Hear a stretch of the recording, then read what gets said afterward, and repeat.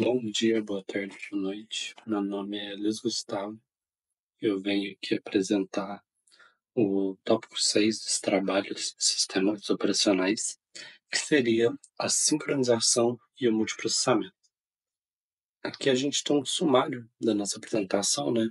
Abordando um pouco o que a gente vai trabalhar durante a nossa apresentação, como, por exemplo, a introdução aos conceitos de sincronização e multiprocessamento, os problemas de concorrência em sistemas operacionais, as primitivas de sincronização, as condições de corrida, o que elas são e como evitá-las, o impacto do multiprocessamento no desempenho do sistema, deadlocks, prevenção e resolução. Quais são as perguntas que iremos abordar no trabalho, né? A primeira, o que é sincronização de processos em sistemas operacionais e por que são tão importantes? Quais são os principais problemas de concorrência que podem ocorrer no multiprocessamento? Como funcionam as primitivas de sincronização, como mutex, e semáforos na coordenação de processos? O que é uma condição de corrida e como a gente pode preveni-la? O que é multiprocessamento e como ele impacta o desempenho e a escalabilidade do nosso sistema? Como os sistemas operacionais lidam com os deadlocks? Quais são as técnicas de prevenção e resolução mais comuns? A minha parte do trabalho condiz com a primeira pergunta: o que é sincronização de processo em sistemas operacionais e por que eles são tão importantes? É o que a gente vai tratar agora. O que seria, né, a sincronização de processos? Ela é um mecanismo que é usado para coordenar a execução de múltiplos processos ou threads dentro de diante de um sistema operacional, de modo que possa acessar os recursos compartilhados de uma maneira ordenada e mais controlada. O objetivo principal, né, da sincronização é garantir que as operações críticas realizadas pelos processos concorrentes não interfiram entre si, assim evitando problemas como inconsistência de dados, condições de corrida e outros comportamentos inesperados que a gente vai abordar futuramente em outra pergunta dentro do nosso trabalho. E o que que seria, né, o processo concorrente? Um processo concorrente, ele é uma unidade de execução independente que pode compartilhar recursos com outros processos, como a memória, arquivo e os dispositivos de entrada e saída. E o que que seria, né, a seção crítica? A seção crítica, ela é uma parte do código de um processo que ela acessa um recurso que é compartilhado. E aí a sincronização ela vai garantir quando um processo está dentro da sua seção crítica, nenhum outro processo possa interferir no mesmo recurso, assim evitando os conflitos, né? E qual que é a importância da sincronização? A sincronização ela vai ser fundamental para a gente manter a integridade dos dados e a consistência, né, do sistema em um ambiente de execução paralela, porque sem ela poderia ocorrer diversos problemas, como as condições de corrida, a inconsistência de dados, os deadlocks. E aí, por exemplo, evitar as condições de corrida. Quando um processo está acessando recursos ao mesmo tempo, poderia gerar resultados errados se não tivesse sincronização, ou como, por exemplo, um deadlock, ela evita que os processos fiquem presos, esperando esses recursos que eles necessitam, né? Ou, por exemplo, manter a consistência de dados, que a sincronização ela vai garantir que os dados não sejam corrompidos durante o processo. Agora, eu passo a vez para o meu próximo colega. É Felipe Cardoso e eu fiquei com a pergunta: quais são os principais problemas de concorrência que podem ocorrer no multiprocessamento? Para começarmos, é essencial entender o que significa concorrência nesse contexto. Em sistemas operacionais, a concorrência refere-se à capacidade de um sistema de gerenciar múltiplas tarefas que podem estar em progresso ao mesmo tempo, mas não necessariamente serão executadas simultaneamente. O sistema alterna rapidamente entre essas tarefas, coordenando o acesso aos recursos compartilhados e garantindo que todos avancem de forma eficiente. O responsável por esse gerenciamento nos sistemas operacionais é o escalonador de processos. Agora, para ilustrar melhor esse conceito, vamos utilizar uma analogia com um drive-thru de um restaurante movimentado. Imagine que cada cliente na fila, ou cada carro na fila, represente uma tarefa ou um processo. Embora haja apenas uma janela de atendimento, que seria o recurso compartilhado, O sistema do drive-thru gerencia a fila de forma que cada cliente seja atendido de maneira sequencial, sem conflitos ou confusões.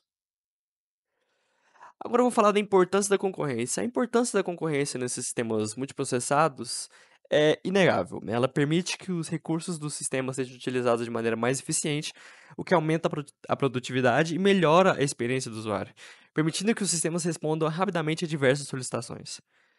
No entanto, os riscos de um mau gerenciamento da concorrência podem ser significativos. Um dos principais problemas que pode surgir é a inconsistência de dados, que foi mencionado antes no trabalho. Quando múltiplas tarefas tentam acessar e modificar recursos compartilhados sem a devida sincronização, os dados podem ficar inconsistentes. O que ocorre porque as operações podem interferir umas nas outras, o que leva a esses resultados imprevisíveis e erros bem difíceis de detectar. Até mesmo erros de execução, até falhas críticas no sistema. Retomando aquela nossa analogia do drive-thru, seria como se vários clientes tentassem fazer pedidos ao mesmo tempo, sem seguir uma ordem da fila. O atendente podia, por exemplo, misturar os pedidos, entregar a refeição errada para o cliente errado, ou até mesmo esquecer de anotar algum na solicitação. Essa desorganização leva à insatisfação dos clientes e o caos do serviço. Além da inconsistência de dados, a falta de gerenciamento eficaz pode causar desperdício de recursos também, como o tempo de processamento e memória, e também comprometer a estabilidade e segurança do sistema. E é por isso que técnicas como a sincronização de processo e o uso de mecanismos de controle são vitais para coordenar o acesso de recursos compartilhados e evitar conflitos. Essas técnicas vão ser exploradas melhor ao longo da nossa apresentação. Aqui eu trouxe três dos principais problemas de concorrência, que são a condição de corrida, que ocorre quando dois ou mais processos acessam simultaneamente um recurso compartilhado sem muita sincronização. O deadlock, que ocorre quando dois ou mais processos ficam bloqueados esperando por recursos. E starvation, que ocorre quando um processo fica indefinidamente esperando processar um recurso. Mas esses três problemas a gente vai aprofundar mais também ao longo do nosso trabalho. Em suma, a concorrência em sistemas multiprocessados é uma ferramenta muito poderosa, que, quando bem gerenciada, traz enormes benefícios em termos de eficiência e desempenho. No entanto, é uma faca de dois gumes, pois apresenta desafios significativos que requerem atenção cuidadosa.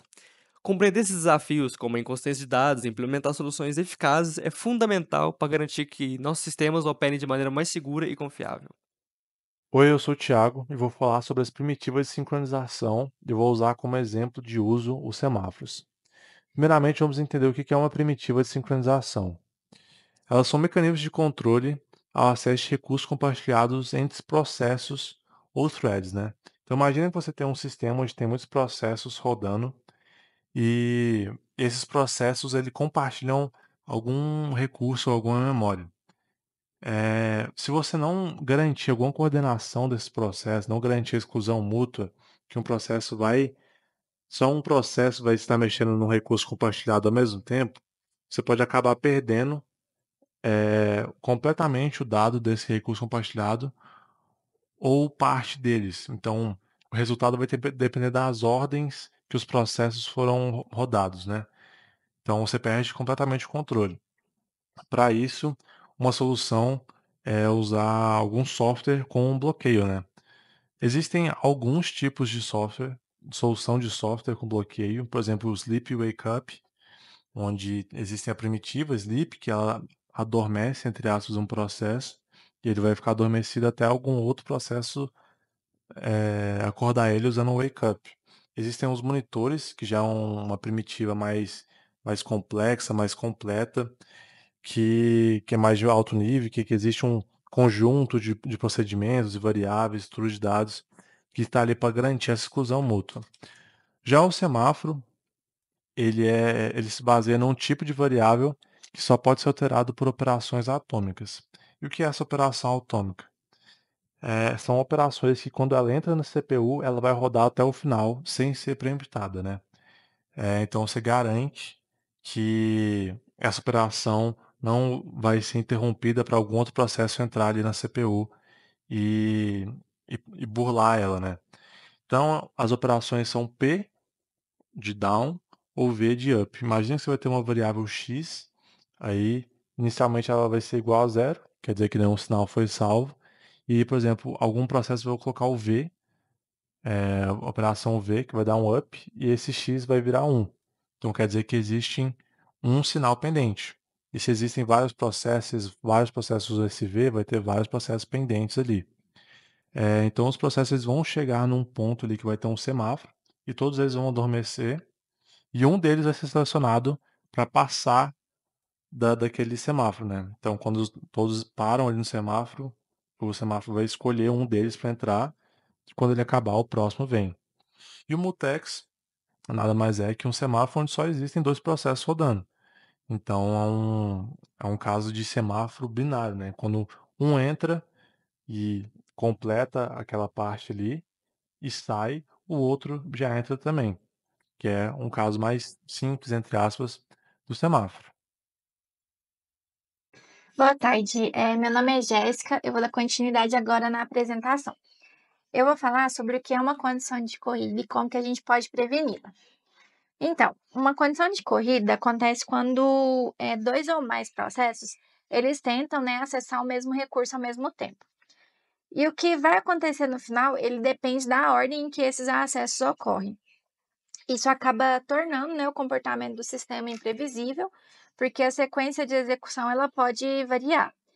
Bom, imagina, por exemplo, dois processos tentando gravar em um arquivo simultaneamente. Se não houver uma coordenação, as mudanças elas podem se sobrepor, no caso, né? E aí você acaba com os dados corrompidos ou inconsistentes.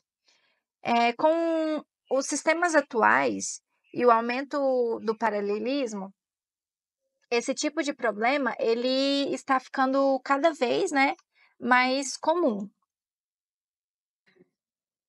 Bom, uns exemplos de condições de corrida. Agora vamos ver um exemplo prático para visualizar melhor. Imagina que dois processos, o A e o B, eles precisam escrever na mesma posição de um arquivo de impressão ao mesmo tempo. Se ambos eles tentarem fazer isso sem nenhum controle, os dados podem se misturar. Aí eles vão gerar um resultado incompleto ou até mesmo errado. Esse é um problema bem típico em sistemas concorrentes. E é por isso que a gente precisa, né, tomar muito cuidado para evitar que esses resultados imprevisíveis eles aconteçam. Para evitar esse tipo de situação, a estratégia principal é garantir que o que a gente chama de exclusão mútua.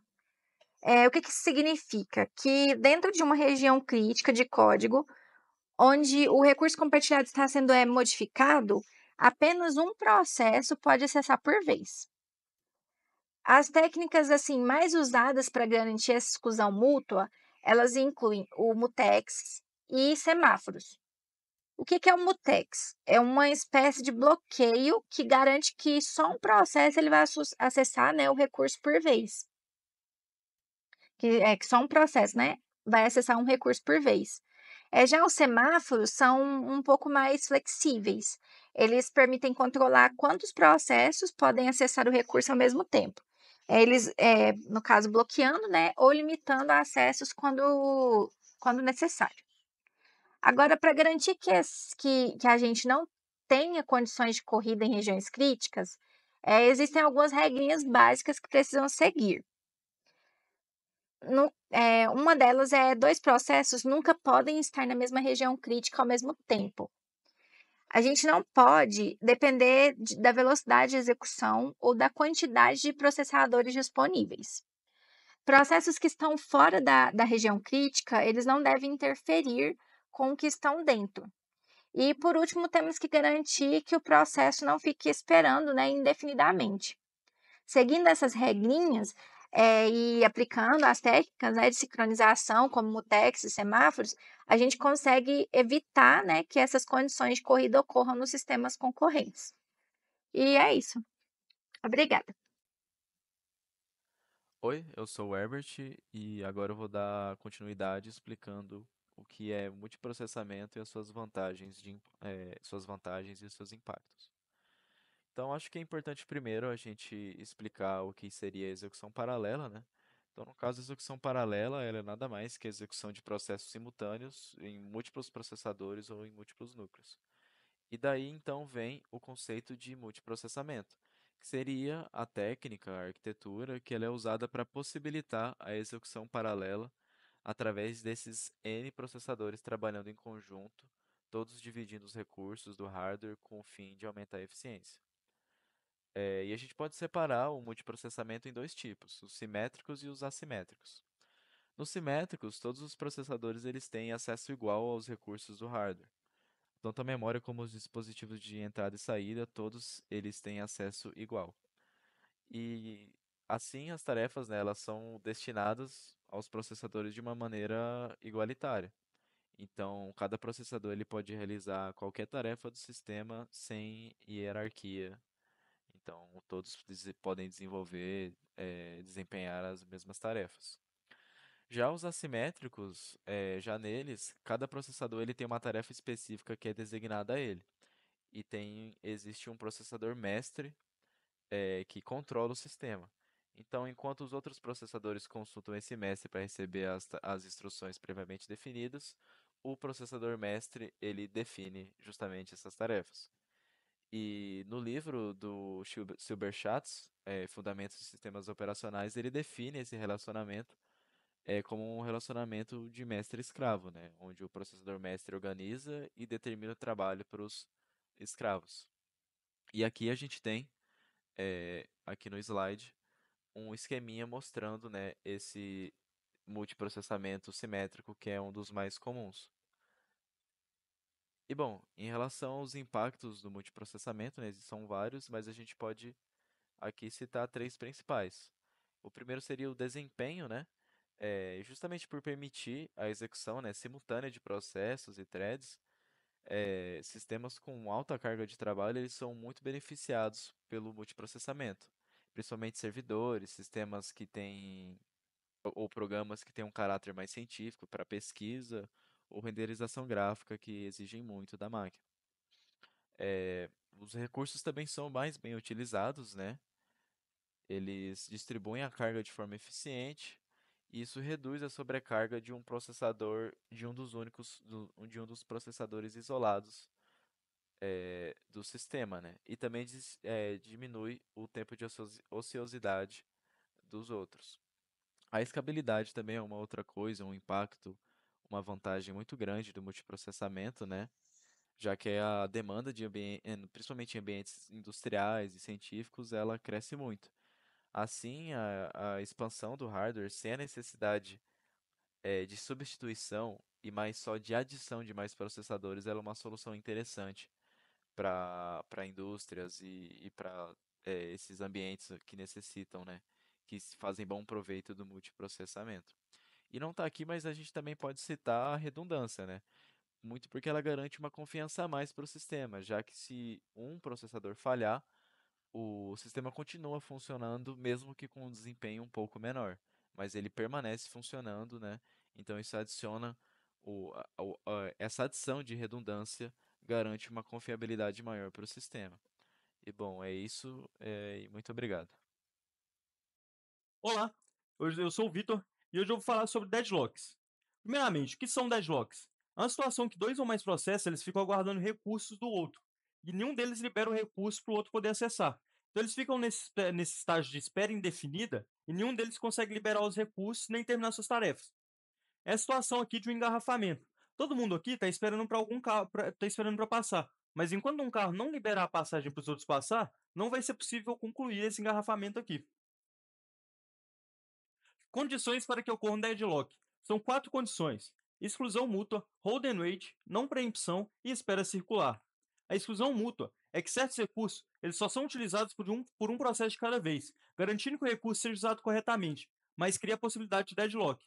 Imagine que um banheiro que só pode ser utilizado por uma pessoa por vez. Se tiver várias pessoas querendo usar esse banheiro ao mesmo tempo, vai gerar uma ideia de deadlock aqui, porque elas vão ficar numa situação de impasse e não vão conseguir concluir suas tarefas.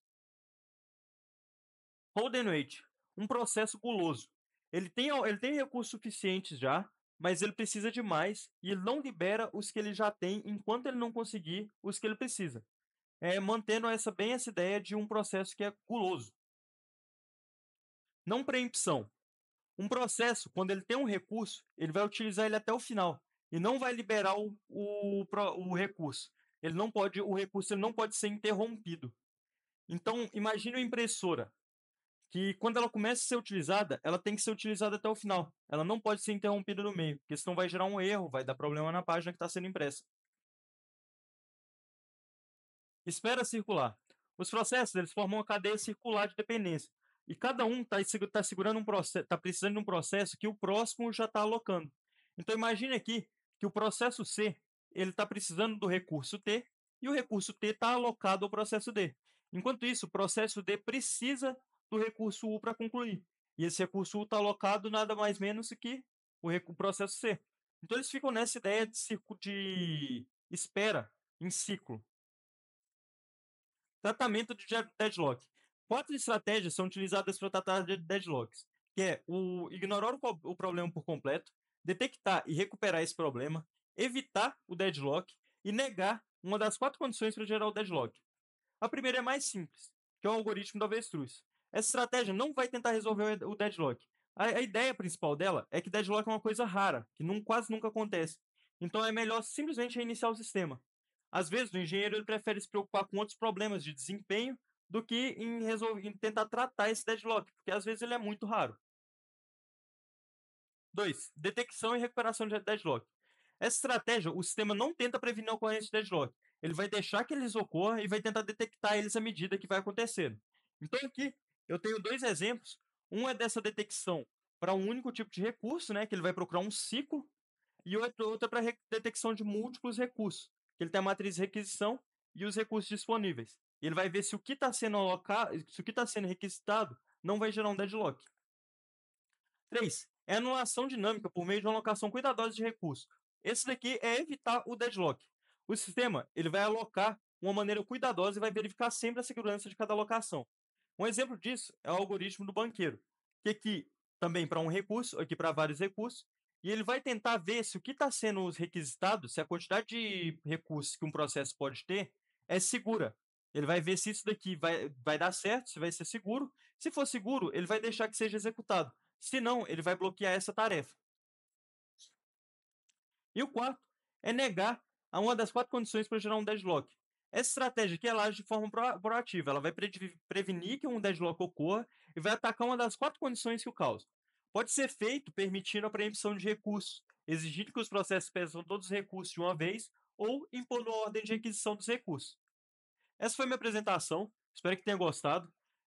Aqui o material que eu usei de apoio foi o livro dos sistemas operacionais modernos do Tannenbaum. Até mais aí, muito obrigado.